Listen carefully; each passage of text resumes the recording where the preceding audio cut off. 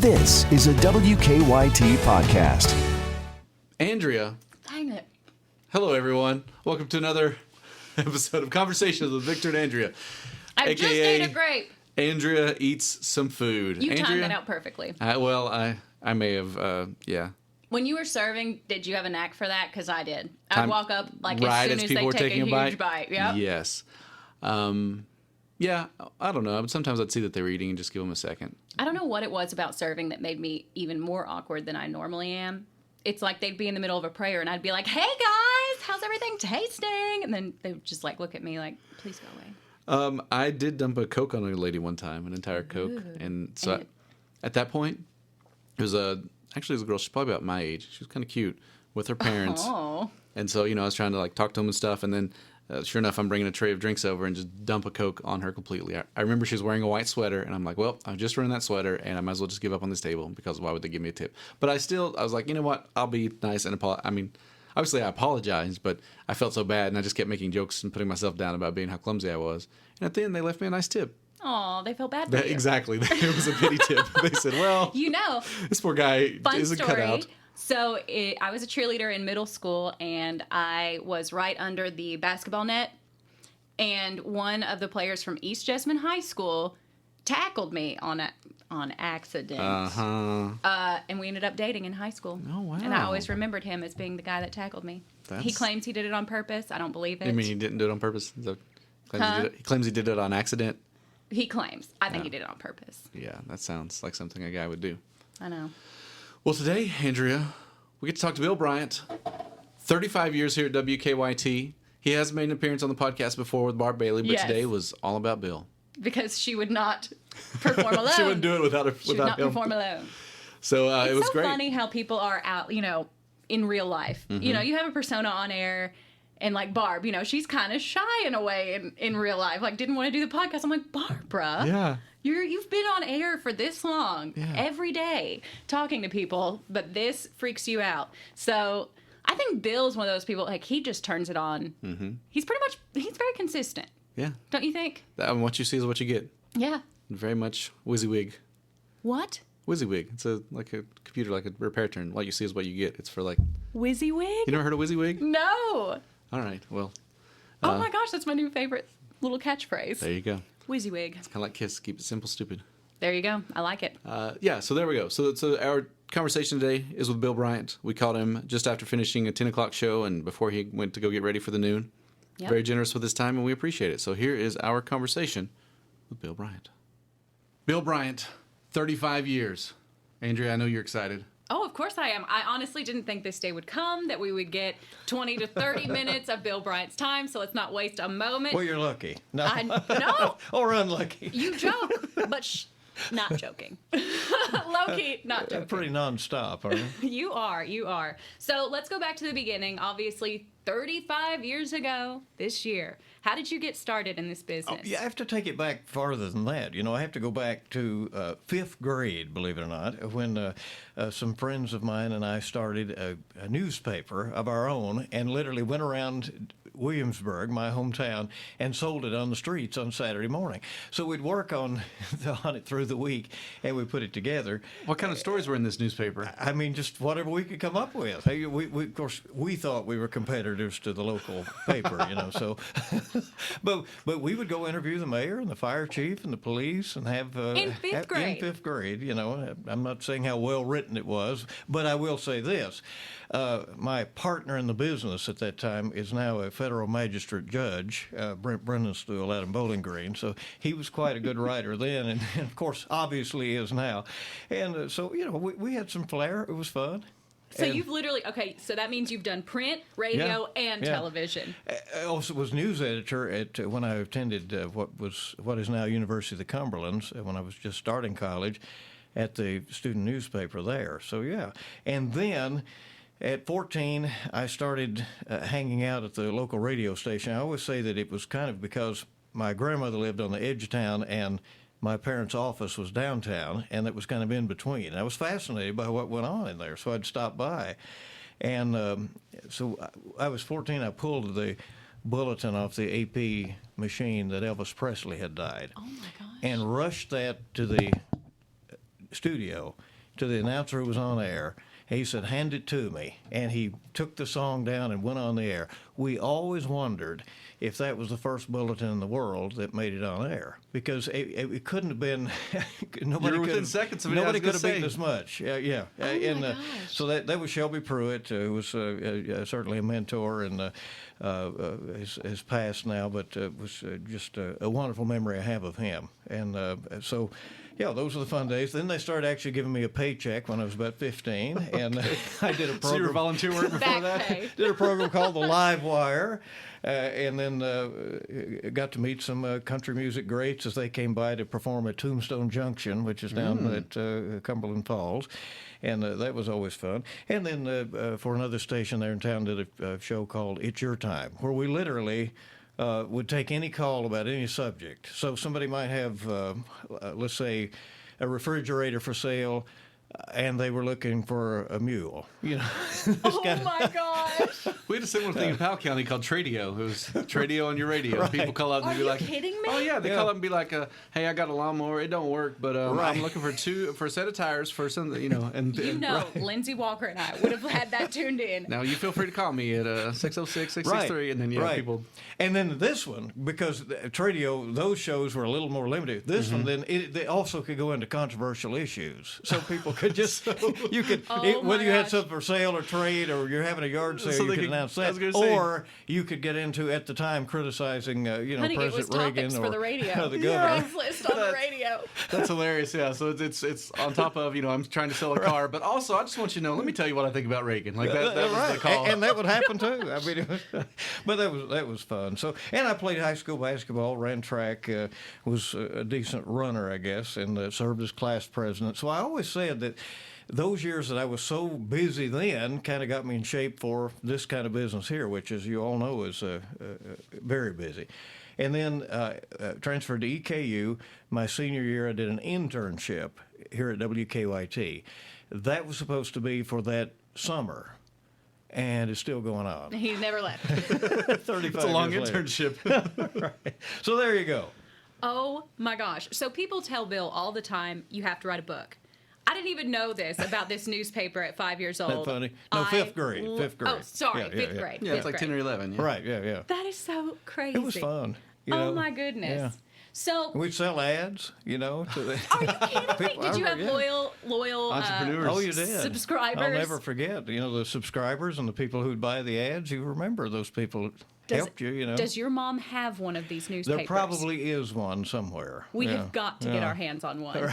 So how did you do the my layout for all those things? That's what I'm curious. Did you? This how is did you make pre-computer. copies? Oh, Yeah. I mean, yeah, we just did the best we could. Some of it was handwritten, hand drawn. We'd type it if we could. We weren't very good at that. It's like a but, courthouse sketch in every page. But I assume, that Magistrate Judge Brennan still has good clerical help now to Right. get his opinions out. And to archive all of his genius ideas. Exactly. Oh my gosh, that is brilliant. So when did politics come into play? Because obviously that's become a huge part of your life. I mean, we've already discussed your high school run for president right. and how you had to bring in an independent. Yeah, it looked like it was going to be a tight race my senior year, and so I naturally recruited a third Convinced a candidate, friend, right? yeah. Convinced a friend to jump in, and so The guy thought they were friends. He was just trying to win. ended up getting a plurality, not the majority, and carried the day.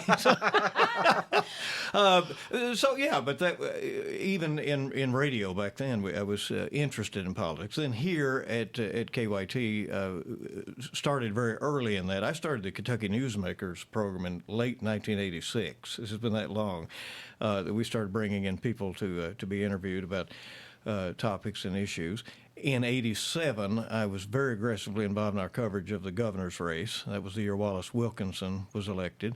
And then Burton Jones in '91 was another interesting race. And then, since then, and we've done debates along the way and try to be what I call intentionally fair, which I think in politics, when you're covering politics, it has to be very intentional. You have to decide you're going to be fair. You're going to show both sides and pursue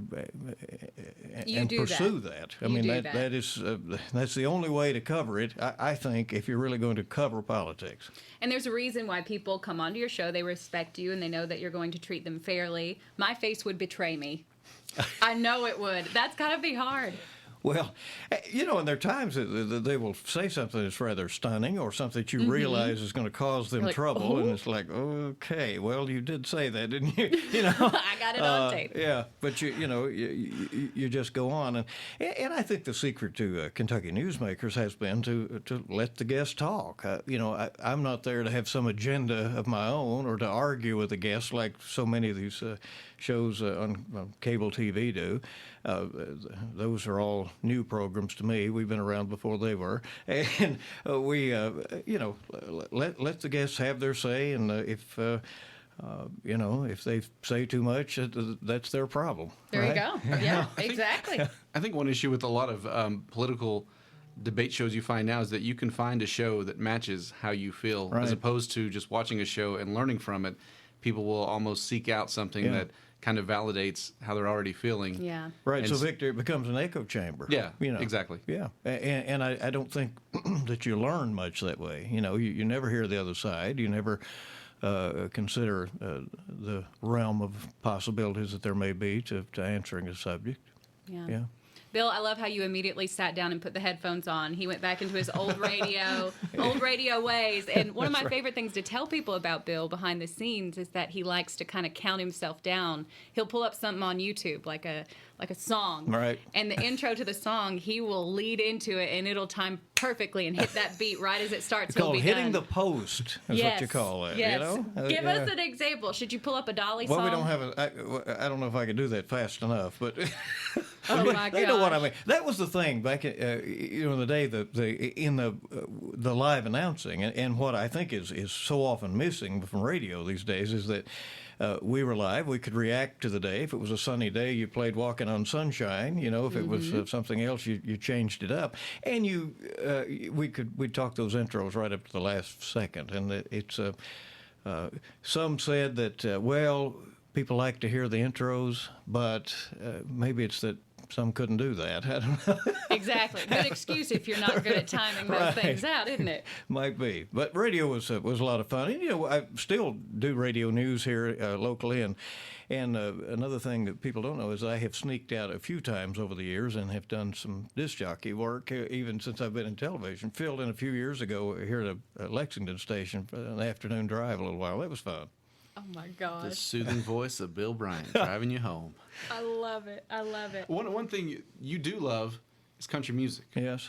What do you think is the best era of country music? Because I find a lot of people think that kind of whatever, I don't know, when you're like 13 to 14 is when music really kind of ingrains in you. And I find a lot of people, for me, it's a lot of 90s stuff. Yeah. Well, I think you're right. And it probably is the case with me. And so, therefore, at the risk of sounding like, you live in the past, I mean, with country music, there certainly was a great era there of the Nashville sound and even what was called the Bakersfield sound. It was the Buck Owens kind of music. So, 75 to 95 was a very good 20-year era of country music. And after that, there are flashes of greatness. There are some good songs, but there are other things out there, too. Every now and then you have a Chris Stapleton pop up, and you're like, oh, yeah, there you Absolutely. go. There it You're is. doing it There right. It is, yeah, that old sound. Exactly. Do you want to tell the Dolly Parton story? Which with one? You? Well, there's plenty. I know.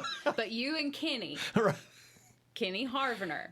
Not Kenny Rogers. Right. Ken Harvener. Harvener Well, and Dolly. I got this great opportunity to go down and interview Dolly, and we had interviewed her by satellite, and we've done that since, and it's always fun. And Dolly, Dolly is as nice as you would think, and so that's what I wanted to know, and I was just so relieved when she really was. It's scary to meet your heroes. Right, yeah. Exactly, because she really was, the Dolly Parton that we all love. But we went down to Pigeon Forge, and she has an apartment there there at Dollywood, and she said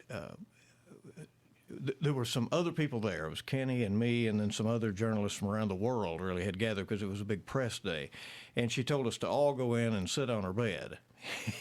So there was about, Of course she did. probably 8 or 10 of us, So we sat on the bed, and then she came in, and she jumped on the bed, and she said, now you can all say you've been to bed with Dolly Parton. So I love her. not a fun story, but Dolly. She seems like she's fun. Yeah. And you always- also said that her interactions with her staff were really telling about her character. Yeah, because so many of them, she would, you would catch her just whispering, that come over here to me. They'd get real close, and she'd say, I just want to tell you how much I appreciate you and that I love you. Isn't that neat? Oh, love So she really was that and way. And that's when the cameras aren't rolling. I Right. think that's when you know who a person Right. is. Exactly. Mm-hmm. And she, and the other part is that she's a businesswoman. People, Oh, yeah, she's prolific, smart. and so she sat there and signed some documents and paid some bills while we were there too, waiting to do that interview. Well, and she just does, and she does good things with her money. That's the other thing. You see people who they make their money and they just sit on it, and she's giving out what, 1 million books to kids. Is that her program? The imagination, probably way more it's than that, I'd amazing, say, at this really. point. Because it was, it was started locally there in Sevier County, where she's from, in East Tennessee, and then spread out to multiple counties, then to all of Tennessee, then to the whole U.S., and now it's around the world. So. Well, I mean, she's Dolly Parton now, but I Yeah. don't think she ever forgot where she came from. You know what I mean? I Right. think a lot of people, they make it big and they kind of forget. Yeah. They get used to that lifestyle. But she always remembered, her coat of many colors out of rags, And then- it's what and makes then her great. The people she helped whenever there was a fire down there. Yeah, So it says a lot about a person. it does. Now, okay, got to get off Dolly. I knew that would go off. Yeah, on a that was tangent, good. 'cause we all It love was a her. chapter. There you go. Yes. But talk about your family. Yeah. Your dad you and your dad have the same look. Talk about his background and kind of how your mom and dad shaped you. The sternness. Well, I can see both of his parents so much. Well, in my him. dad was an educator. He taught at Whitley County High School for years. Was head of the business department, and and he was stern, and so it's funny. I'll run across his former students some days, and how's Mr. Bryant doing? And I'll say, oh, he's great. He's still doing fine. And, oh, he scared me. I saw pictures. I'm like, I get it. I get it. And just the eyes. He had a look. We all knew it was Teddy Bear, but the students didn't necessarily know that. So yeah, he was fun. A great parents, and I'm so fortunate to at my age still have them, and they're very viable and fun. And they came up and went to the Pops at the Park event that I did recently in Richmond, and they were there and enjoyed that. And some of Dad's former students, as well as some others that we've known over the years, came by. So it was a lot of fun, I have a lot of people come up to me and say, "Oh, I saw Bill at the gym." Or Meyer. or Meyer. Saw him at the gym, and he never changes. What's going Oh, because you're in good shape. You stay in good shape. Well, I've said if you can maintain when you get to be a certain point, that's progress, right? oh, that's Goal now not to maintain. easy. Yes. But I have a successful brother who is a bank president and is a CPA who owns a CPA firm in Florida, and has kids that are also very successful and now grown. And then my sister did a full career as an English teacher at Williamsburg High School, and then so she went to school there, went to college nearby, and then taught all those years. So she was literally in that school for many years, 40-some years. But and then her daughter, whom I'm very close to, my niece Mandy, is the assistant director of a program at EKU. So that's fun. Yeah. Mandy kind of runs the show wherever she is. Oh my gosh, Mandy is my hero. I have yet to meet her, but I feel like I know her. We're friends on social media. Right. You always have ingrained yourself in Richmond, and I know that's important to you. He and the mayor have a couple competitions locally with businesses. So who is on top right now for the dry cleaning bill? Is it you or him? No. It's the president of EKU, they said. Who was? Yeah. Vincent. That's right. Yeah, That's right. That's right. President Benson's usually ahead on dry cleaning. By a little bit, I think, yeah. Funny. I love that. both men wear a lot of suits, so yeah, that makes sense. Exactly. Have to, that's right. And we both change a lot because he Yeah. works out as well. So, you get you get sweaty, you got to change and, run a suit. And so I understand. There you go. But yeah, Richmond's a fun town. I've had the fortune of having sort of three hometowns. You have. Williamsburg, where I grew up, small town. Richmond, sort of the middle town, middle-sized town that's great, and I feel like I know basically everybody. And then Lexington, where I've worked for 35 years, and great dynamic metro city here. Yeah, we're the big been fun city. to cover. Yeah, when you talk about going back, so you mentioned Kenny Harvener. He and I prowled the streets in the 80s and 90s, and this was before Man of War was completed. It was fun that we covered the section-by-section opening of Man of War. And people don't realize, where we are now at WKYT at Winchester Road, I mean, it literally was a farm all the way to town, and there was nothing out here. It was a long way to town, to even get something to eat. This used to be out in the country. We were. And, let me mention a couple of other people. Obviously, Barbara Bailey, who's I was been going to, here. we're going to have a Barbara chapter, don't worry.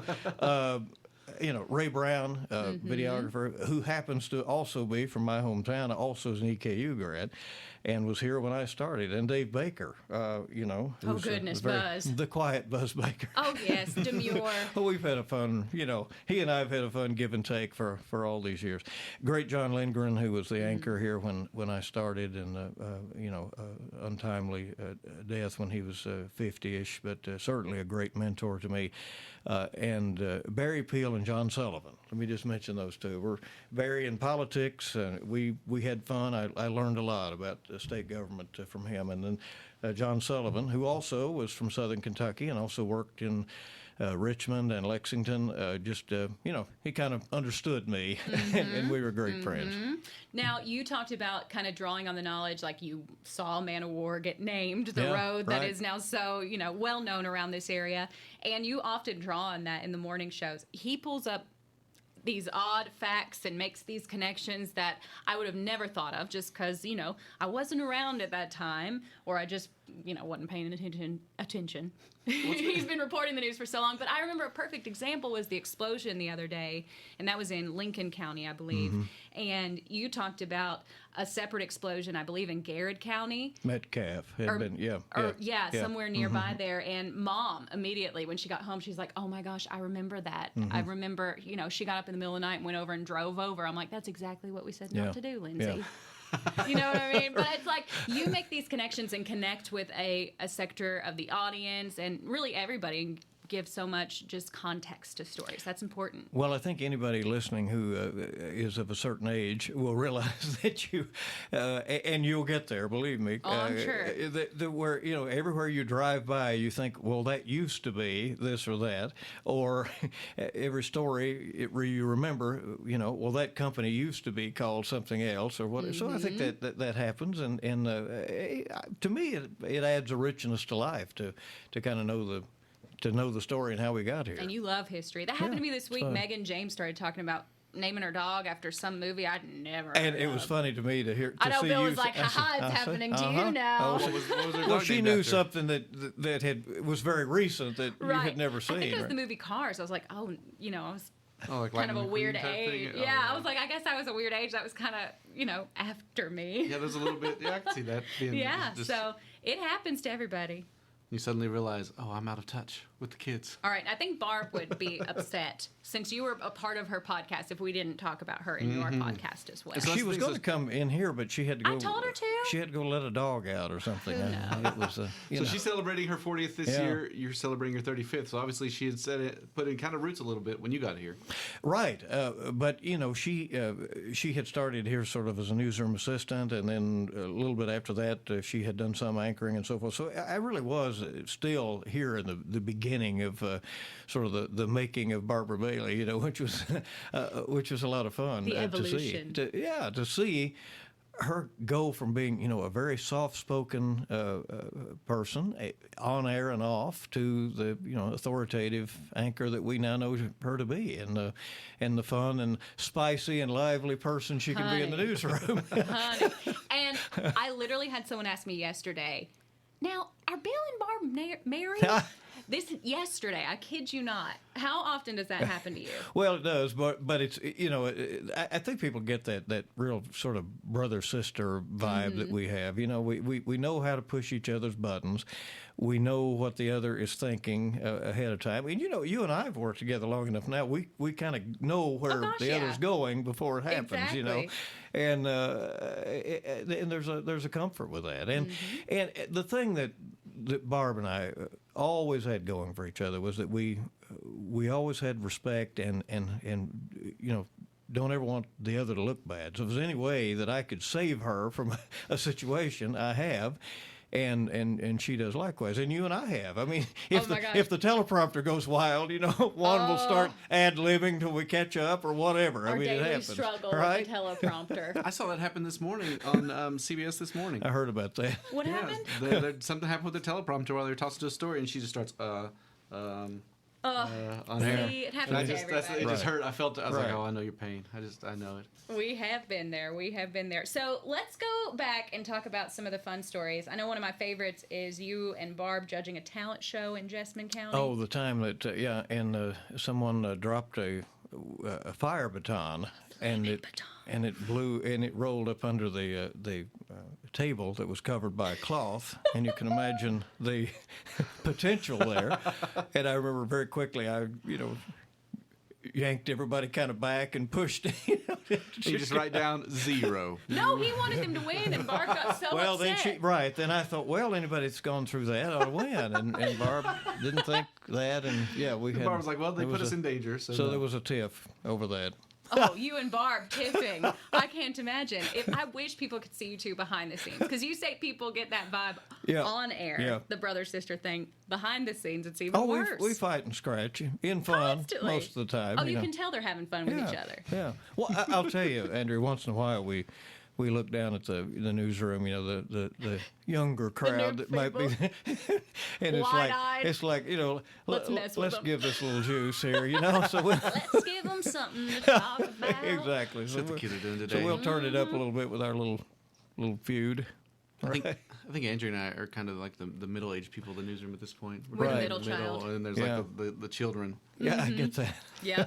Yeah, that is so true. Well, fun. I love your sense of urgency, when you were a teenager running with that report about Elvis passing away. And, I think that you've always had that. And you come from an era where there was a lot more running and screaming in the newsroom that you tell me about. You're like, the atmosphere is so different. Well, it was just a more physical business back then. You physically had tapes that you carried, So when it was showtime, and Victor, I don't know if you remember that, but when it was showtime, Tapes and then you run 'em up. videoed on tape, and then you somebody would carry, and maybe they're now in a back brace, but I remember editing and being, like, oh man, I got 3 minutes. Okay, let me finish this last edit. Then literally popping it out and running into the control room. Here you go. They, hit play literally as they're tossing to you. That's terrifying. You'd have maybe 25 tapes to carry into the control room and hope you didn't drop them, and it'd be up Keep to them in somebody's order. chin. Yeah. So with the fact that we had to nobody carried phones back then. You had to go and knock on somebody's door and ask if you could use the phone and leave them $3 because you had to call Lexington from London or whatever. My gosh. Have to stop and ask people for directions. Yeah. So it was just more, because it was more physical, and the deadlines were tight then as they are now. And the one thing I will say about this station, we have always done a good job with urgency. Ken Kurtz was the news director who hired me and who started here, and he just had that sense of urgency. And Ken wasn't hesitant to break into programming. I mean, if we had, here is a bulletin from News Center 27. I love it. And that's why Bill, he is so vigilant. He won't leave if there's not another anchor that could go on the air just in case. I've noticed he'll look around the room before he runs an errand or something, and he'll be like, is there anyone who could break in? You know what I mean? That's interesting, isn't it? I don't think most people have that mindset anymore, but I love that you do. Well, I let the newsroom know that we'd be down here, and because I know Barbara's gone to let the dog out, so so just in Who case let the dogs out? Barbara Bailey. Exactly. In case they needed an anchor, we're here. So So Bill, at this point, what does your day look like? Because there are God. there are days when I'm, getting ready to go down to the 4 o'clock, and you're still here, and I'm thinking to myself, well, I know he got here to be on air at 4 a.m. So. Well, days and nights run together. Okay, that's what I thought. Yeah. Well, and I probably don't have to back my day up as early as I think Andrea says she does, but I roll out before 3 o'clock, and I'm here a little after 4, and we go on air at 4:30. In the morning. In the dark. I call it dark and early. So instead of bright and early, we're here dark and early.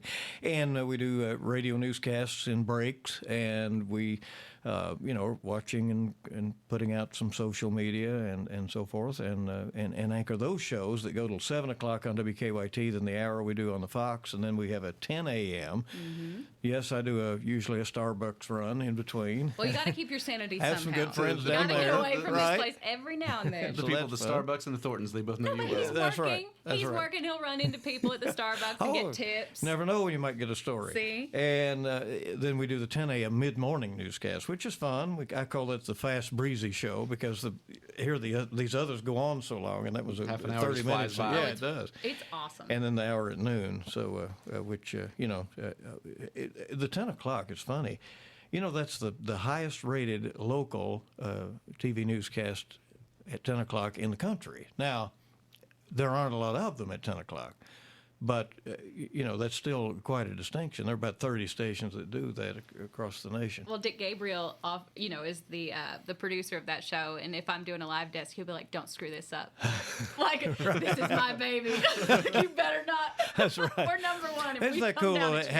If people know Dick, from all the sports reporting and all that, what they, may or may not know, he's just a terrific journalist. Oh my gosh, and does the specials that we have and all of that. But here he produces that 10 o'clock newscast and does a great job with it. And no offense to any other producer, because he oftentimes has to recycle a lot of stuff, but I always feel the most comfortable in his shows because he is so diligent. Like, he's a grammar Nazi. Like, he is a spelling. He's on your heart about that thing. But and he's if you have to read facts, cold, and he knows kind of what's going on. Cold. But he's in control. Mm-hmm, Yeah, he is, and he'll give us questions in our ear. Yeah. Oh, it's so nice. So my Monday through Thursday are pretty aggressive, Victor, and then Friday's the long day because WKYT gives me the opportunity to also host a program for KET on Friday night. So that's a long day, and I spend generally most of Friday afternoon preparing for that. Yeah. Because with these days, if you're going to talk politics, you better be prepared. So I Very try to true. be. Which is one of the reasons. Yeah, a lot of times on Fridays, you'll see him still here. Yeah. When other people are just clearing out. Well. Yeah. I know on Fridays I can't complain about being tired because Bill's like, "Don't give me that." Like, I can complain about not getting enough sleep any other morning, but on Fridays he's like, "I don't need that energy." Because he has to go until, and I can't, Yeah. Like, I can't think that way. Exactly. He's like, "I want to hear it." Nope, not today. Not today. But it's fun. All right. Well, we're wrapping up our time here with Bill. Can't take too much more, but anything we didn't ask you that you wanted to talk about? I don't know. I mean, great people that have been here. It's been amazing to have been here 35 years and only have had 4 general managers in all that time, and all of them good in their own way. Ralph Gabbard, very visionary. Wayne Martin, who really was a people person, no question about it. Chris Mossman, who was very innovative and kind of, started measuring us in ways that we hadn't thought about. Right. And we kind of competed with ourselves to get better. And then, of course, Jeff Anderson now, who's a fellow native Southern Kentuckian, and so he hit the ground running. He really speaks my language, and with everybody, it just gets along. And you're right, hit the ground running. That's what. Well, I remember you did say that there was at one point, somebody told you needed to fix your accent. Yeah. Very early on. Yes, but someone else came in. Who was it? And it didn't take long until management said, this is kind of what you're known for. I broke the mold a little bit. Everybody knows that accent, and it's pretty strong.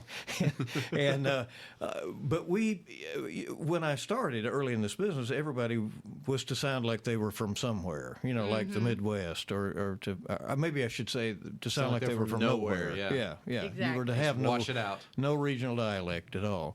And but I was from here in our viewing area, and they tried that, and I guess it's worked okay.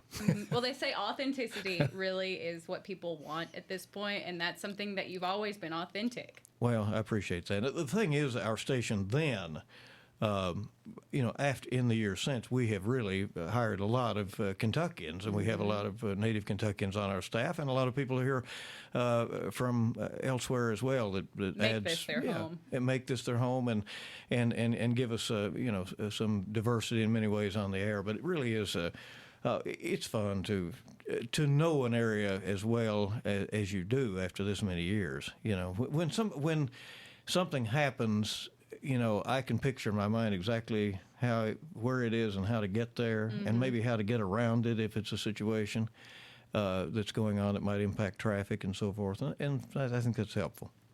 It is, because I have no sense of direction. Of course, you use that GPS to Wait on Honey, Andrew the time. Jeepus. There I you need go. my Jeepus now. The Jeepus. Well, Bill, we appreciate your time, and not just for the podcast, but 35 years of serving this community and being such an integral part of WKYT. It would not be the same without you, so thank you. Well, thank you so much. If people want to reach out, what's the best way to do that? Twitter, Facebook? Yeah, I'm on Twitter at KY Newsmakers, is what I've used as my handle. And, and Facebook, Bill Bryant, WKYT. There we go, everybody. All right. Andrea, I know you love that one. Of course, of course. Well, Bill and I obviously spend a lot of time together. Yes, you do. 3.5 hours every morning. So Jim, and I kind of know all of each other's stories. So I kind of was queuing him up, and I knew Dolly would take up a big chunk of time, and she was probably the biggest part of the podcast. But he loves her, and that's part of what makes Bill so Bill, Well, it's hard not to love Dolly Parton. That's true. Growing up, I have fond memories of my grandmother watching Dolly and just being like, oh, I just love to see her. I know. She's awesome. So disarming. But Bill, when he's passionate about something, he is very passionate. Mm-hmm. You know what I mean? I remember he got into, apparently, and we didn't even talk about this, but he got into bodybuilding for a while and would go to those Arnold Schwarzenegger. Yeah, the Arnold Classics. Yes, he would up go in to those. Columbus. Like I said, he gets into something, he goes all in. Wow, I didn't know that. Yeah, obviously he's all in politics, all in Dolly, all in when he was in radio, and still, to this day, likes to do radio news and will randomly, what is it, Moonlight, that's what he said, yeah. Moonlight as a DJ. I love it. Yeah. I appreciate people that are passionate about something. I I don't do care what too. it is, just at least care about something.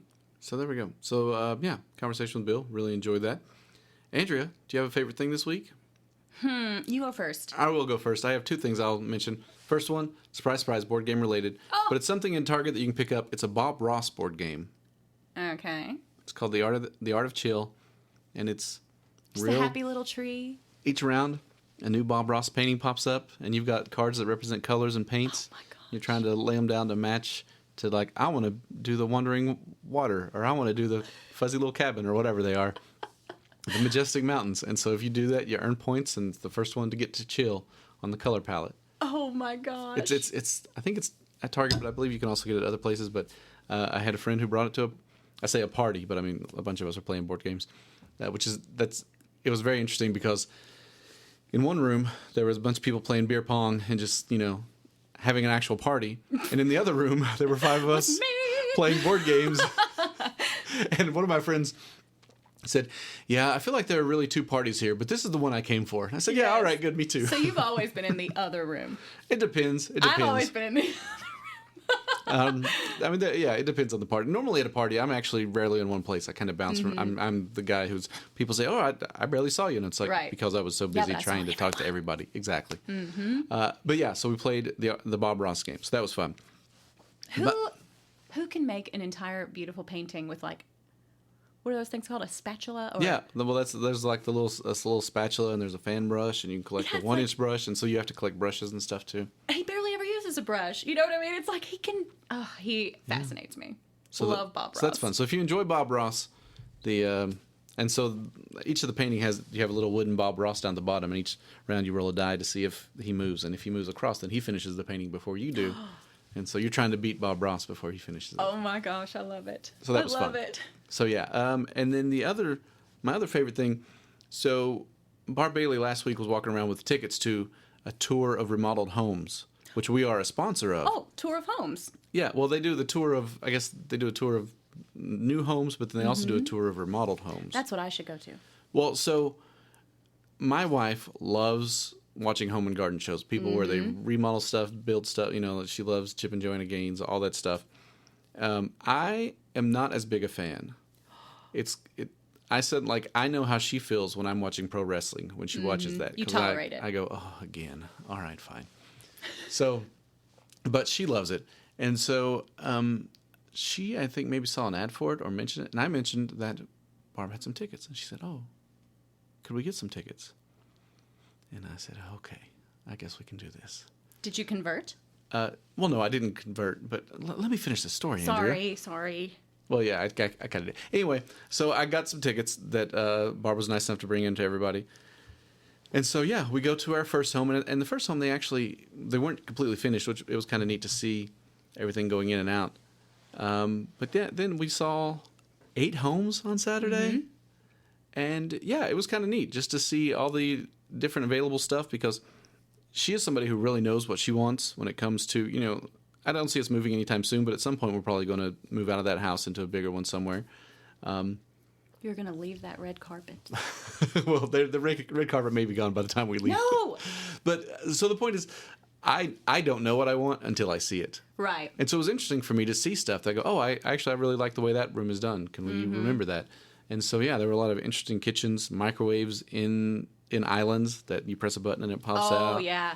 I didn't even know that was a thing. Space savers. But I also realized that for someone who loves watching those kind of shows, it was like getting to go to, you know, like a comic book convention would be for me. Right. So, but she had a really good time, and I did too. So that's my thing, you know. Well, good. And not just to go out and try something new, but next year when that rolls around, the tour of remodeled homes, yeah, it was a really interesting way to spend a day, and I had fun. That's one of those things you can get sucked into so easily. Like, I know people that say, like, Zillow's one of their favorite things. Like, they'll scroll through Zillow yeah, just like I looking at scroll homes. through, I like, catch, Instagram. Yeah, you know? I catch her all the time just looking at homes and rooms. Yeah. And That's smart, though. You get good ideas. like, well, how are we paying for this you know, $600,000 home that you're looking at? She just likes to look. I'm like, okay, well, that's fine. Well, that's good. Thankfully, she just likes to look and is satisfied with that. There you go. Some people are not. I know.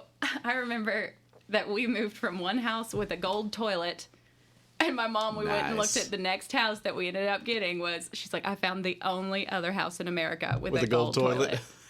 Like, I mean, that must have been a thing at some point, and that era is, you know, obviously in our price range now. So, yeah, lots of gold toilets in my life. Commodes, awesome. if you're from Jessamine County, or just my family. I'm not sure which is which. I've heard both. See, I have taste, and I know what I like when I see it, but I don't have vision. Yeah, I don't So either. I don't know how to create something from nothing, which is a problem because I have a schoolhouse that is half complete. So you should have gone on the tour of remodeled homes, or we could hook you up with some of the designers. Is it still going on? No, it was just that last weekend. But we met a lot of interesting designers. Some people Okay. whose work I really enjoyed. And yeah, there was an outdoor patio that I just loved. That they had built this big wooden covering, and there was a fan and TV, and I don't know, I enjoyed it.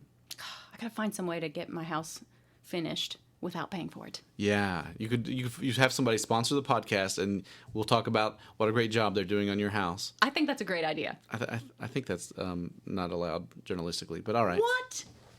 So, Andrea, do you have a favorite thing? Let's see. I did watch Deadpool for the first time. Yeah? Which is With good. Ryan Reynolds? Yes. Yeah. It was hilarious. It's a superhero movie, not for children. No, definitely not. No. But you enjoyed it. It was hilarious. Very much my sense of humor, very quick-witted, just so sarcastic. Really enjoyed it. And I looked it up on the back, 2016. I'm only 3 years behind. Boom. Which is pretty big for me. Yeah, no, you're right in line with things. I still got to figure out how to let you watch all my superhero movies that are on Blu-rays. I'm proud of myself. Well, I think we just need to find you a Blu-ray player, like a cheap one. Or we can borrow one here at the station, maybe. I've never seen a Blu-ray player here. All the computers have them, but I don't think we could really steal a computer. But maybe you could just That'd go be watch. You could go watch movies in the edit bay. Wouldn't be the first time. All right, so is that your favorite thing? Watching a 3-year-old movie? Yep. All right, that's not bad. My life is real exciting. You know what? I can appreciate that. Sometimes there's something nice about your life not being too exciting. Up to speed? Yeah. Well, I was just going to say, Current. yeah, things being, nice and smooth. Yes, I Yes. agree. Easy going, easy listening. That's my life. You're turning into Delilah. No. Mm-mm. Yes, easy listening. Easy going, smooth. Then my mom will disown Everybody, me. thank you all so much for... We've talked about this listening. before. Her contempt for... Well, I don't understand. She seems like a nice sweet lady. Yeah? I knew you were going to say she seems like a nice She's like lady. a real nice lady. Who's just helping people express their love through song. And now here's Wind Beneath My Wings. I feel like she always plays, "Hey there, Delilah, what's your name?" Like every time I hear her. I don't listen to that much radio anymore. Believe it or not, I And mostly she gets listen to real podcasts cheeky now. when she introduces it. Oh, does she? Oh, yeah. Yeah, do you have a podcast recommendation? You've been listening to anything new?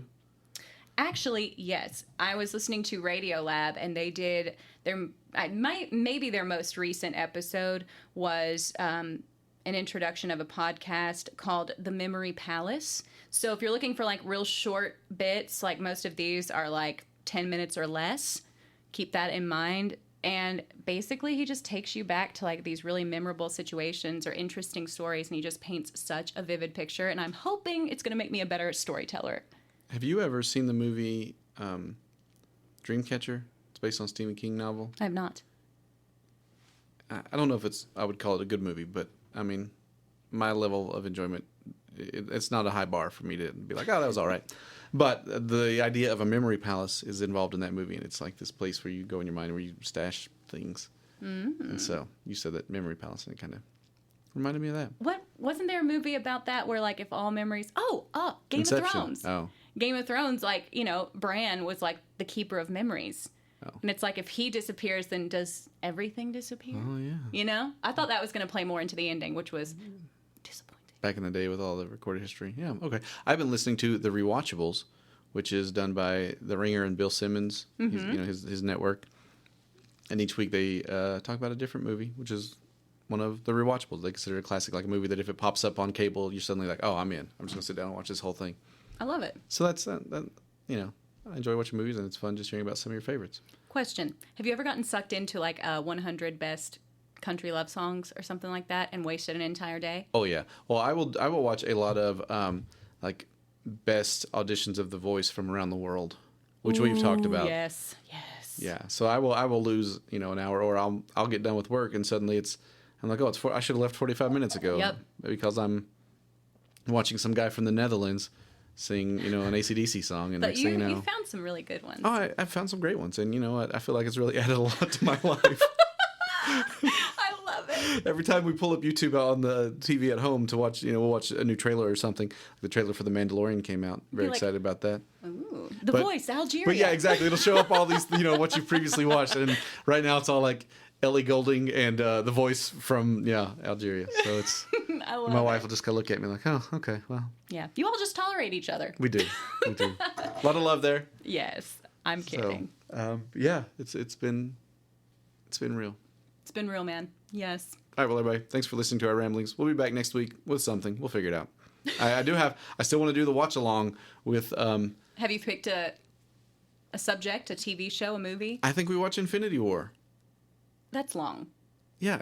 I have no context. Endgame is 3 hours. And I did an entire podcast about filling you in on the Marvel Universe up to that point. Yeah. Okay, well, what's a movie Because I you'd was like to do? fully engaged. Well, then you can just listen to that podcast and pick it back up. You were engaged enough to ask questions. You put a lot of work into that. I feel bad. Well, okay. Well, then what would you like to have a watch along with? I haven't decided yet, but I really think like a half-hour TV show would be better. That could be fun. Yeah. Something Yeah. quick. Yeah. But here's the good thing about doing a long movie. We break it up into 2 or 3 parts. We've managed to get multiple weeks. Yeah, we get multiple weeks. Yes. We have to start figuring it out because we're up to, I think this is episode 37. So, 12 more, we're going to be at 50 episodes. We need to do something big for that episode. A cake? I don't mean a cake. I mean actual content. But yeah, I guess we could also bring in a cake to I just think eat. we should get a cake. Okay, so that's what we'll do. We'll get a cake. We will eat it off air. You all know about to it. get to 50 in this building. I don't know. Amber's been knocking out a couple a week. Has she? Yeah. Dang it. She's been doing a good job. But didn't we start before her? You know what? I'll go back. I'll check the records. Okay. We'll see. We'll look at I'm the not receipts. trying to make this a competition. I'm just saying. Well, No, I either definitely way. just did. Yeah, no, either way. 50 episodes, which I guess will, at that point, 50 episodes will be almost kind of a year because we definitely skipped like 2 weeks. So we'll have to figure out what to do on our 1 year anniversary. Oh my gosh, so exciting. A year of us just blabbing and people wondering, why won't this podcast end? Yeah, never. Never. I mean, it's a weekly thing that people ask toward the 44-minute mark. Why won't this end? We're in it to win it. Thank you all so much for listening. And yeah, we'll figure out what we're doing with our lives. Bye, everybody. Bye.